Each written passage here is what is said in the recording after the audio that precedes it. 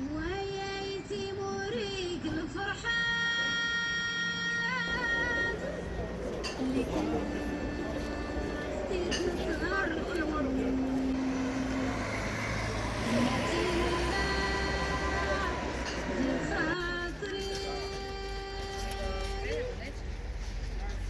ويايتي مريق الفرحان لكن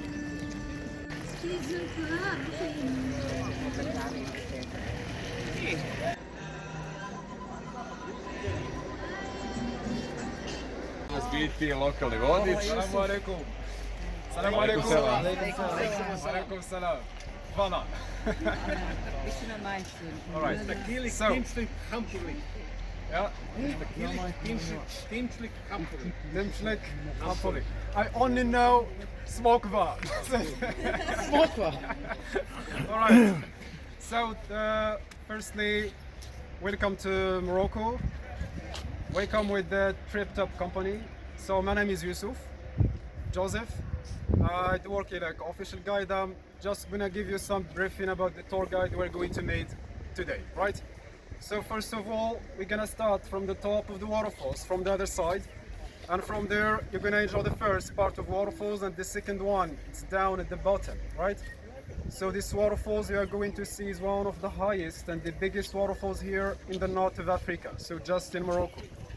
But the highest one in whole Africa, as you know, is Victoria Falls, Zimbabwe. But in Morocco, that's the highest one. It's about 110 meters, whereas Victoria Falls, 109 meters, you know. You know Victoria is much wider, but this one here is much higher and taller. So after that, we're gonna cross to the Berber house, the Berber family, right? So we're gonna explain you there a little bit about these people, Berbers. What's the differences between the Berber people, the Arabic people, and the classic Arabic and the Berber language, right? And then if anybody interested to get his name both in a Berber language and in classic Arabic, I will write it down for you if you want to use it your next tattoo, right? And then we're gonna cross through the natural side till we reach the bottom of the waterfalls. We cross and then we'll be back up to the stairs from the other side, right? Somewhere down there you've got a break about 1 hour. There are some restaurants you're gonna get your lunch time, and then we carry on up to the stairs to the platform where you're gonna enjoy the last view with some monkeys over there, right? So this kind of monkeys, we call them the magu.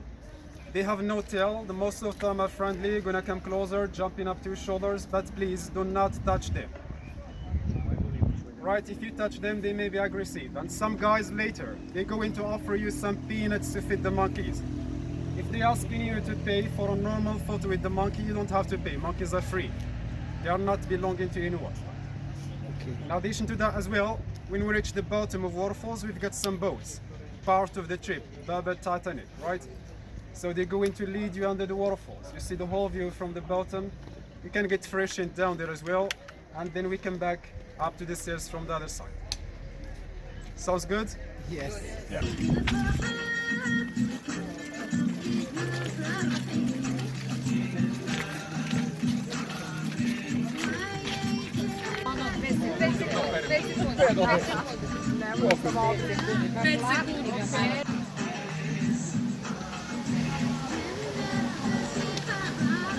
First part of waterfalls, right?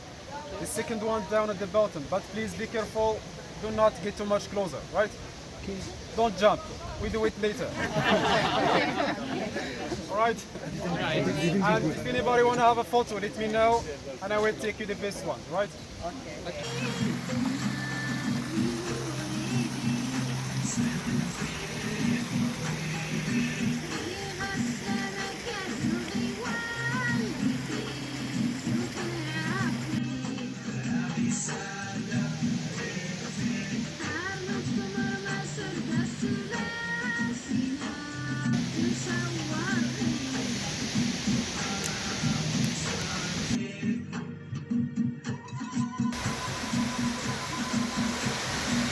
Ali o to malo dobro, da bude najbolje.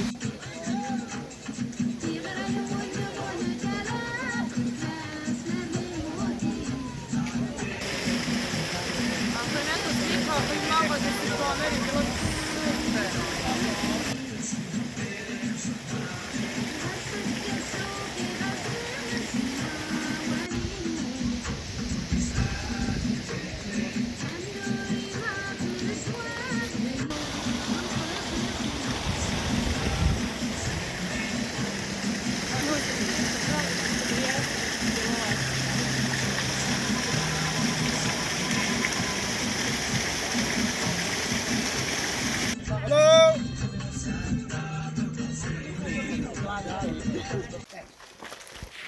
Zaytun means the olives. And this is the olive trees. So in Arabic we say zaytun means the olives, and zayt means olive oil. Get it? So zayt, olive oil, zaytun, it means the olives.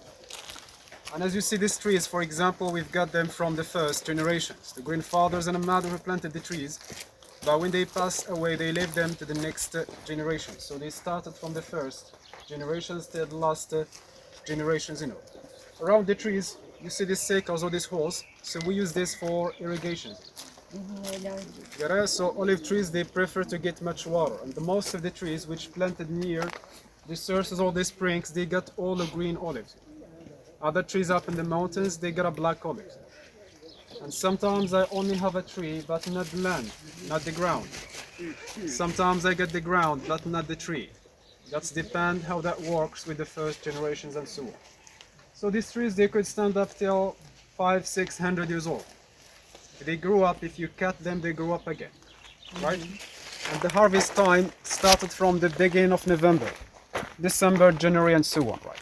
And this is the hardest part, The man get to climb up the trees. They shaking the olives to fall down the ground, And the rest of the family members, we collect the olives down the ground, and then we took them to the Berber village, where we use such traditional stuffs for making olive oil. And of course, that's work only with the donkey, which carries such a heavy load meal. After 1,000 tours, when the olives getting crushed, we put them in such pockets, and then the oil is coming out, And the pure olive oil, we've got them only from this traditional stuff. Sometimes we use such modern machines, with electricity and so on, but they goes faster. And the taste of olive oil, traditional, is not the same as the modern one, And of course, the best quality comes from the traditional stuff. And the same thing as well for making argan oil. And that's what we're gonna see in a Berber village over there. You will see what's the main steps that the Berber woman, they got to follow until they get the pure argan oil, whether a cosmetic one or the nutritious one, right?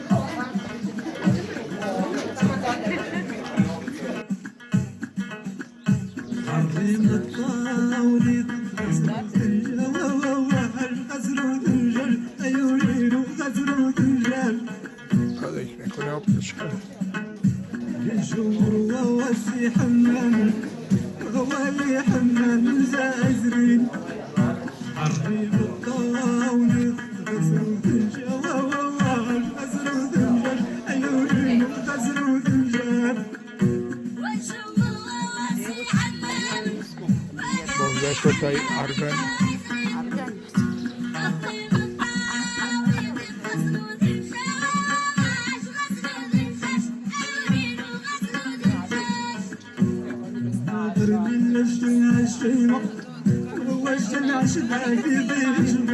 Or free people. And these people, they were the native people here in the north of Africa. It's more than 10,000 years before Jesus Christ, so the Berbers have been here in Morocco. And after the Arabic people, they came later. But the origin they were Berbers. We have the Berbers in the Atlas Mountains here. They call themselves as the nomad. Nomad or nomadic. The Berbers in the Sahara Desert, they call themselves as the Tuareg. The Tuareg, blue eyes, blue dress, dark skin, the camel rides people. And the Berbers in the north of Morocco, they call themselves Riafa, or Rif people. So for us in general, we spoke Tamazight. Tamazight is our mother tongue, Berber language, and it looks just like Greek letters, you know. It could be written from the left to the right side, but the classic Arabic is one of the hardest languages, you know. Why? Because of the pronunciations, the phonetic transactions, the manner and the place of articulations. It's really hard, you know. So the Berber language, and even now some Berber women, they still using this kind of letters as a tattoo in their faces, in their hands, and so on, to find out if they get married, single, or divorced, or whatever, you know. Right? So as you see in this house, a lot of families, almost 4 or 5 families, they live all together in one house, you know. And this is, we are talking about the Berber weddings, or arrangement weddings, you know. Origin. Yeah, and it happens sometimes that 2 couples, they could marry each other, even if they had never seen each other before. Till the first night, which is like a special night for both of this couple, you know. The first meeting, the first touch, the first hello, and so on. And a Berber weddings almost took 7 days, you know. So 7 days of making food, music, inviting the family members, and so on. The last day, it looks just like a tragedy day, you know. And it's the day when the bride, she cried very loudly, and this is the first time she's gonna leave her house. And a husband, of course, in his room, waiting for the bride to arrive, and this is the first meeting. So the bride all in a white dress.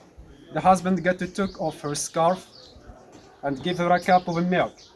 You know, so the milk represents the purity, and the 3 couples of dates represent the sweetness. And here they're waiting for something strange in this story, which is a blood, you know. And a blood, of course, represents the virginity of the bride, you know. So to find out if the bride, she is still a virgin or not, the family, they brought like a cup of sugar, you know, and they covering it with the white scarf. The purity, sugar means sweetness. And in the morning when they woke up, they get to see some blood on this scarf, which means that a bride, she's still a virgin, you know.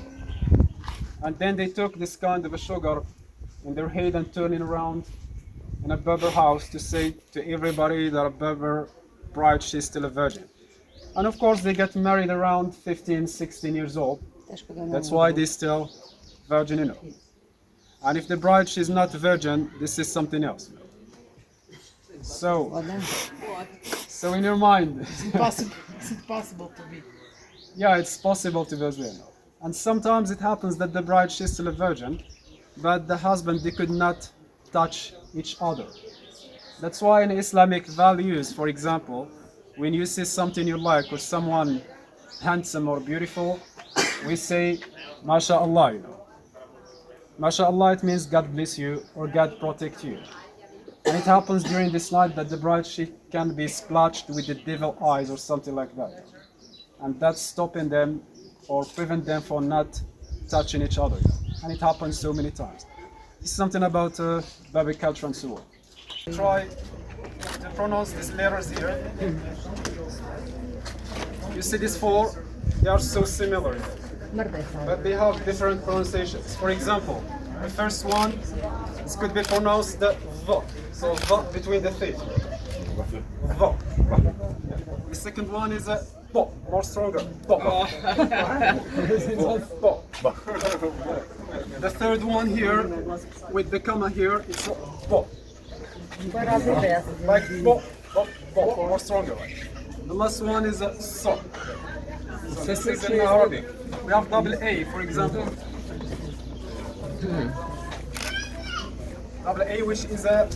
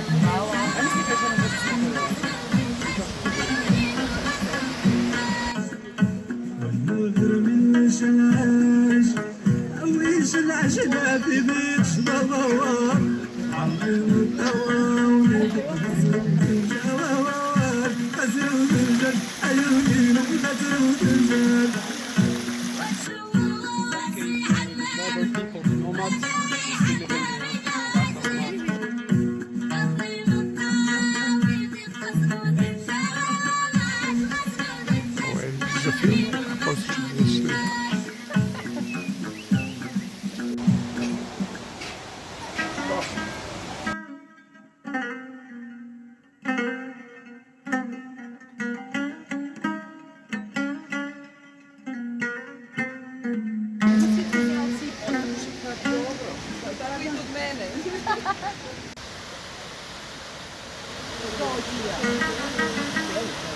ajde.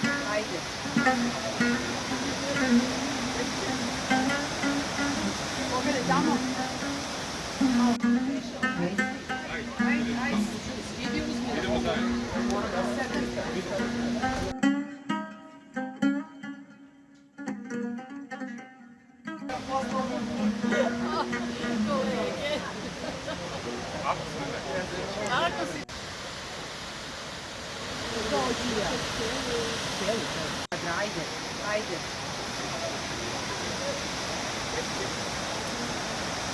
Pogledaj tamo. Ucite mi, ali si potrči. Pa dobro. Sada vi od mene.